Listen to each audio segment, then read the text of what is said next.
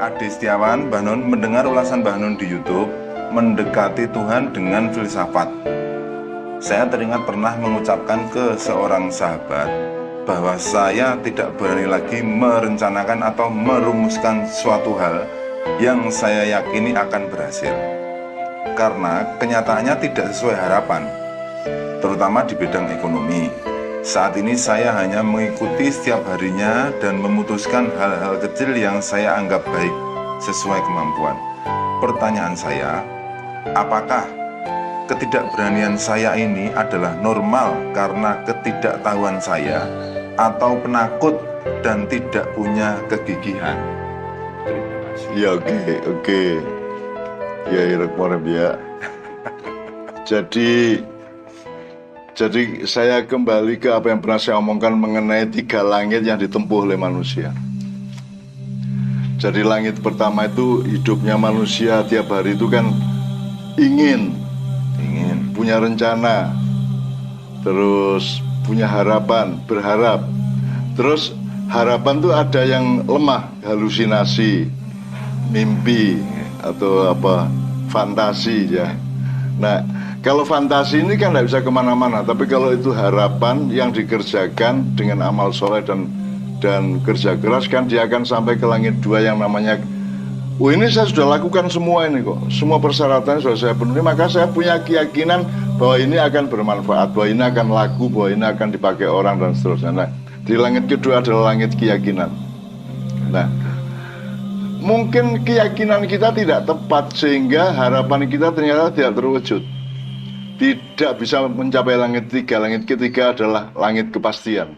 Nah, langit kepastian memang bukan milik manusia dan kita tidak usah loncat ke sana karena Anda tidak bisa memastikan apapun dalam kehidupan ini ke dalam dirimu maupun keluar dirimu.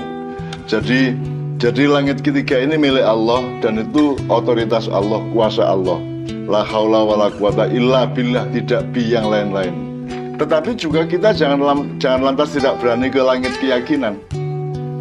Untuk menyambung harapan menjadi keyakinan kan bisa pakai ilmu, bisa pakai pengalaman, bisa pakai kerja keras. Saya cuma pengen, tapi kemudian saya kerjakan, akhirnya saya yakin bahwa ini kan gitu. Jadi, tetapi keyakinan juga jangan kebablasan ke kepastian. Karena kepastian itu tetap tidak di tangan manusia. Nah, oleh karena itu, Mas siapa tadi? Jangan lantas putus asa, turun ke langit pertama. Kalau Anda sudah mengerjakan dengan rasional, dengan benar, dengan kerja keras, dengan ketekunan, dengan ketulusan ya, dengan kejujuran khususnya, maka Anda boleh bertahan di langit keyakinan. Bahwa keyakinan Anda itu pada hari ini belum terwujud sebagaimana yang kamu hitung sebelumnya. Tidak berarti besok tidak terwujud. Kalau hari ke-100 belum terwujud, tidak berarti hari ke-101 tidak terwujud. Jadi itu yang namanya tawakal, itu yang namanya sabar dan tawakal. Jadi kita memang tidak bisa punya kepastian karena itu langit ketiga.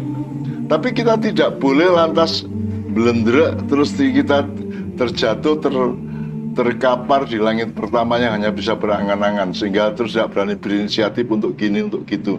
Tetap harus kerja keras, tetap harus punya harapan, tetap harus membangun sesuatu. Kemudian menjelang langit 3 kita tawakalkan kepada Allah. Mudah-mudahan Allah tidak tega kepada Anda sehingga nanti hari ke-102 itu Anda mendapatkan kepastian dari Allah. Itu kira-kira. Jadi ojo terus blender, jangan terus putus asa gitu. Anda boleh putus asa terhadap diri Anda dan terhadap keadaan dunia, tapi tidak boleh putus asa bahwa Allah Maha Sayang, Maha Pengasih, bahwa Allah itu yang memegang kepastian, bahwa Allah itu akan memberikan pertolongan. Itu tidak boleh putus asa. Kalau putus asa kepada keadaanmu, tidak apa-apa. Tapi kalau putus asa bahwa Allah akan menolong, itu tidak boleh. Itu yang namanya kafir. Betul, Mas Rikmo. Begitu, makanya istilahnya adalah sing penting yakin, bukan sing penting ingin atau sing penting pasti. Tidak ada kepastian. Gitu. Nek carane wong dagang, kuwi wis cetha aku badhe, yakin aku badhe, nek urung ning njero sak ya, gitu. betul, ya.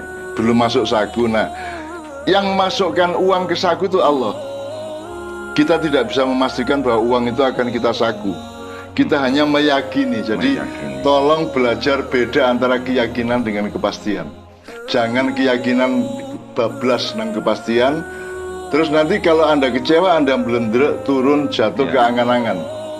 Terus akhirnya berfantasi, berasulah, atau kemudian menyalahkan semua yang lain, termasuk diri Anda, sehingga Anda kemudian tidak melakukan apa-apa gitu. Jangan sampai terjadi. Ya begitu Mas Ade Setiawan. Dari Sugi, Mbah Jemaah dari Surabaya. Mbah mau bertanya, dalam perjalanan hidup, apakah sudah pasti manusia akan selalu dihadapkan pada fase taat, bala, nikmat, maksiat? Lalu bagaimana agar dalam setiap fase yang dilalui, hati tetap istiqomah kepada Tuhan, termasuk protes kepada Tuhankah apabila kita menyesali sesuatu keputusan yang sudah terjadi di masa lalu? Iya. Saya sebenarnya tidak pernah mendengar terminologi urutan taat, bala, nikmat, maksiat. Saya juga belum pernah mendengar. Jadi ini mungkin ada dari gurunya apa dari baca apa dia. Saya tidak pernah mendengar. Tapi seluruh unsur-unsurnya kita kenal. Masing-masing unsur dari taat, bala, nikmat, maksiat itu semua kita kenal. Jadi rutenya itu jangan dipikirkan. Yang dipikirkan adalah Anda istiqomah, tafakuh, meyakinkan diri Anda, menegaskan diri bahwa Anda berbuat baik, bahwa Anda berbuat soleh. Gitu loh.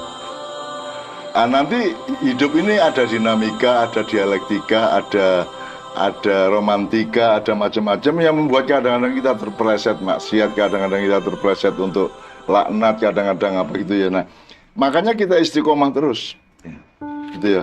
Pokoknya selalu waspada, namanya takwa. Selalu takwa itu artinya kita jangan sampai terpeleset ke kiri atau ke kanan, karena jalan kita menuju Allah adalah jalan takwa ini kan gitu. Jadi rutenya ya ada orang husnul khotimah, ada su'ul khotimah, ada yang kayak Patub ini kan tidak husnul khotimah. Artinya dia tidak pernah buruk terus jadi baik, gitu. Kalau husnul khotimah adalah akhir yang baik. Akhirnya.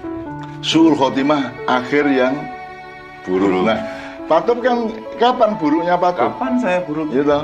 Artinya relatif dia baik lah. Dan jadi dia tidak perlu husnul khotimah kan sejak awal dia sudah husnul kan gitu. Gitu kan. Jadi husnul khotimah itu juga kadang-kadang dipakai oleh orang secara sembarangan. Orang mati dibilang mudah-mudahan husnul khotimah. Oh berarti gue nuduh gue tahu elek kan gitu kan. Husnul, iya toh? Iya. Itu kan tahap di mana endingnya baik. Berarti sebelum ending dia tidak baik, mungkin buruk atau tidak baik. Nah, jadi kita kalau bilang mudah-mudahan husnul khotimah, berarti kita mengandaikan dia ini orang jelek, tapi mudah-mudahan endingnya baik kan gitu kan. Jadi ini juga kadang-kadang secara kultural itu juga lucu gitu loh. Jangan bilang gitu loh, dia dari dulu baik kok. Dari kecil dia sudah baik kok, dia tidak pernah maling, tidak pernah korupsi, tidak pernah bunuh orang, tidak pernah ngutil, tidak pernah jambret, tidak pernah yang batil-batil lah.